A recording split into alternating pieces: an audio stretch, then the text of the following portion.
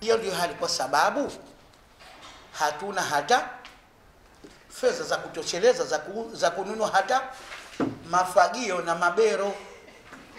Hivi nikamuuliza, munao wana uchumi? Akaniambia tunao. Nikamwambia inawezekana kwamba, samahani, nilimtakia samahani, inawezekana kwamba wana uchumi mliokuwa nao ni hewa, si wana uchumi halisi, kwa sababu elimu zinazidiana.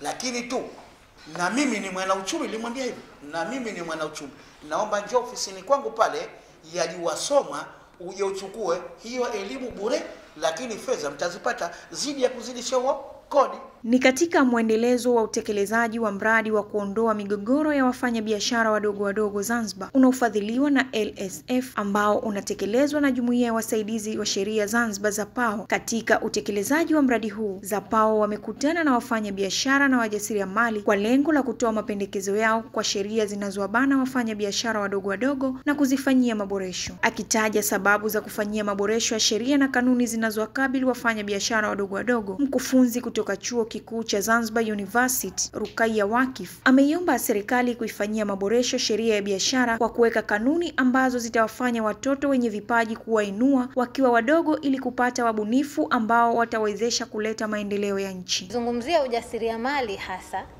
sisi tunaamini kwamba tunataka mtoto au ndoto yetu tuwe tuna mtoto au mjasiriamali ambaye atakuwa ni mbunifu na ambaye atatuwezesha ubunifu wake utamwezesha na kuiwezesha nchi kufika mbele zaidi. Sio ubunifu ambao tunauona sasa hivi mdogo. Tunataka ubunifu kama ambao wenzetu wanafanya. Ubunifu watu wanakuja kutengeneza labda taa kwa kutumia bidhaa za gesi hizi, labda za vyoo na vitu vingine. Sasa hilo tunaliekaje katika sheria, kwa sababu tayari sheria inatukataza. Sisi tunataka kumjenga mtoto awe mbunifu. Hatutaki awe anafanya kazi chini ya miaka 18. Kwa hiyo kanuni ningeziomba ziweke mazingira ya kuwa na hizi assembly au wenzetu wanaziita incubator center za kulelea watoto ambao tutawajenga katika vipaji vyao. Hatutowafanyisha kazi isipokuwa tunawajenga.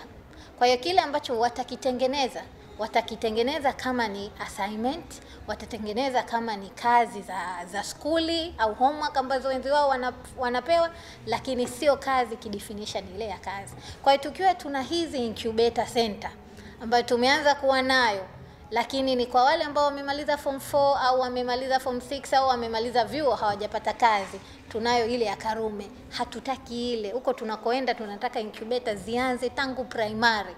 Kwa hiyo wakati tunawachuja watoto au tunawaangalia watoto, tujue huyu ana mwelekeo wa kwenye football, tuwe tuna hizi nani za football. Then huyu anaelekea katika mambo ya teknolojia, huyu tumweke katika teknolojia. Huyu kwenye biashara mambo ya kuku, yani tuwajenge katika maeneo yao. Huko ndiko ambapo tunataka kwenda na huko ndiko ambapo tunaweza tukafanikiwa. Kwa hiyo hizi center kwa wenzetu zinaanza incubator ndogo, zinakuwa hubs, zinakuwa mpaka zinakuwa venture infrastructure. Yani inaanza chini kama wale wachezaji wa mpira. Wanaanza chini, tunazita nini sijui, ilimradi ni center. Tunawajenga watoto wakiwa wadogo. Kwa hiyo mtoto unamkuta yuko primary, anaanza na idea, anajengwa, anafika sekondari, mpaka akifika chuo anakuwa tayari ana biashara yake. Kwa hiyo huko ndiko ambapo tunakutaka kwenda. Akiwasilisha mada ya uimara na udhaifu wa sheria zinazozuia ustawi mzuri wa biashara ndogo kwa wanawake na vijana, Zainab Kitwana amewataka wafanya biashara na wajasiriamali kufuata sheria zote zilizowekwa ili kuepuka migogoro inayoweza kutokea pamoja na kuwa wasafi katika biashara zao. Sote tunatakiwa tusimamie sheria na sote tunatakiwa tufate sheria. Ukikiuka sheria ina maana unajikwaza wewe mwenyewe kwenye shughuli zako za kiuchumi. Itakukosti muda, pengine utapelekwa mahakamani, ulipe fine nyingine, wakati pesa ile ya kulipa fine pengine ulikuwa ushapanga wakati product mpya ya bidhaa dukani. Kwa hiyo tuwe kwenye sheria. Na jingine tuipende nchi yetu. Hakikisha yani ukipendezesha Zanzibar umependezesha jamii nzima. Kwa hiyo sisi wenyewe kwanza usafi tuupe kipaumbele. Usafi wa mazingira, usafi wa miili yetu, usafi wa sehemu zetu tunazofanyia biashara. na usafi katika usalama wa mtumiaji wa chakula. Kwa tuimarishe huduma kwa pamoja. Wakitoa maoni yao, washiriki wa mkutano huo wameiomba serikali kupitia sera ya elimu kwa kuandaa watoto mapema ili kupata wafanyabiashara bora wa baadaye na kutoa elimu husika kwa wafanyabiashara, pamoja na kuomba zinapotungwa sheria kuhakikisha wanashirikisha wadau wanaohusika na biashara ili kujua changamoto zao kabla ya kutunga sheria hizo. Katika sera ya elimu kwamba tuweke hasa from the beginning, liweko somo ambalo kwamba la kibiashara ama somo la biashara liweko tangu standard yani tuanze tangu hivi chekechea anaingia standard 1 yani mpaka kuendelea, unakuta kwamba kidogo tunaweza tukafikia malengo yale ya 20 mpaka 50. Na labda nimesema hivi kwa maana ipi? Tumezoea kwamba serikali tunamwangalia mtoto wakati anapofanya tunasema mitihani ya standard 6. Ndipo mtoto unamwangalia, je, ufaulu wake, yani amefaulu kiasi gani? Ndipo ambapo tunafanya selection ya kwamba huyu kutokana na ufaulu wake labda tumpeleke Mombasa Central.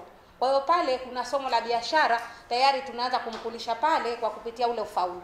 Lakini imani yangu tukimwangalia tangu awali, yani akiwa anafanya vizuri katika swala la kibiashara, basi tayari tutaweza kupiga hatua kubwa na tutaweza kuandaa watoto ama vijana kuweza kuwa katika mwamko wa kibiashara, kwa sababu hata matokeo yake tutaweza kumpima mtoto yule kwa sasa yuko katika kiasi gani ama somo lile analipenda kwa kiasi gani. Jambo la kwanza linalokosekana ni taaluma. Kwa hiyo ningalishauri kwamba tupate kwanza taaluma.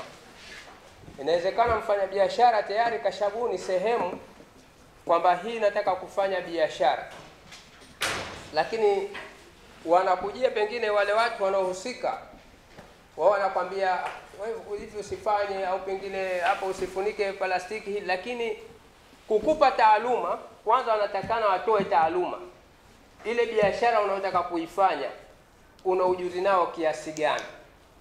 Wakishatoa ule ujuzi kwamba unatakana ufanye kitu hichi, washauri kwamba unafanya hivi, unafanya hivi, biashara yako pengine siharibike, iwe hivi mzuri.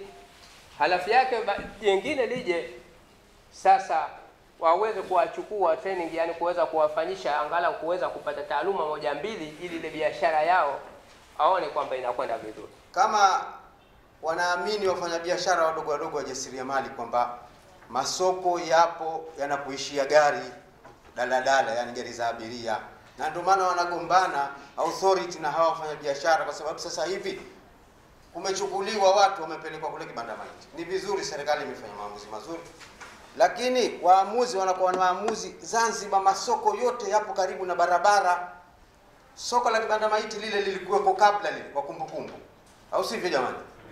Kabla kulikuwa kuna soko, likaondoshwa pale. Kulikuwa soko Darajani barabarani, likaondoshwa soko pale, likapelekwa likenda Gulioni. Sasa lilivyochukuliwa soko la Gulioni likenda likapelekwa kibanda maiti. Kibanda maiti kukajengwa soko kubwa kwerekwe barabarani.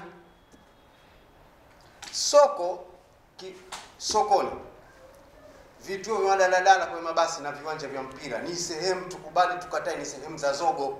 Huwezi kukimbia zogo sehemu hizo tatu: skuli, hospitali na nyumbani kwako. Mtu ndio hutaki zogo jamani. Sasa ikiwa serikali wanahisi pana zogo, au wahusika wanatunga sheria wanahisi manake mazogo, hicho kitu tukikatae kabisa. Sasa hizi sheria zinapotengenezwa wahusishwe na wahusika wakuu, sio upande mmoja tu, sababu mnakaa sasa. Matokeo yako, kwa mfano kama wafanyabiashara wanataka sehemu kama ya Darajani, sipigi debe kwamba turudishwe pale, sehemu kama ile sasa inatakiwa tujue advantage na disadvantage. Sasa nyinyi mnawaelimisha, wanakupeni yao, mnawapa yao, lakini sasa upande wa huku ukikaa ukiamua tu jamani tuwahamishe, sasa watu washapelekwa kule. Wafanya biashara imekuwa kuna wengine wamekolapsi hivi na hivi, kwa sababu kama hapa sehemu moja kubwa sana yenye biashara nzuri hapa Darajani mpaka huku, kwa sababu sisi Wazanzibari sote hatuwezi kuwa na masoko 5, 6, 7. Watu wenyewe tuko 1.something million, masoko 10. Kwa mfano kama kunda kuhamishwa soko Jumbe, masoko haya makuu yameathiri vikubwa, kwa sababu mzigo unatoka shamba, ndizi nini, donge, makunduchi wapi, alafu Jumbe ni shamba. Huwezi kupeleka mzigo kuchukua shamba ukapeleka shamba ulete mjini, wale wa shamba wanakuja kuchukua mahitaji huko mjini kwenye masoko, au sivyo jamani? Sisi sote ni washamba, kuna wazee wetu, kuna jamaa zetu, lakini sasa mtu unamtoa Makunduchi, unamtoa Donge, unampeleka Jumbi, atakuja saa ngapi mjini na uli nyingine hiyo. Sasa zamani wale wazee wetu walivyofanya,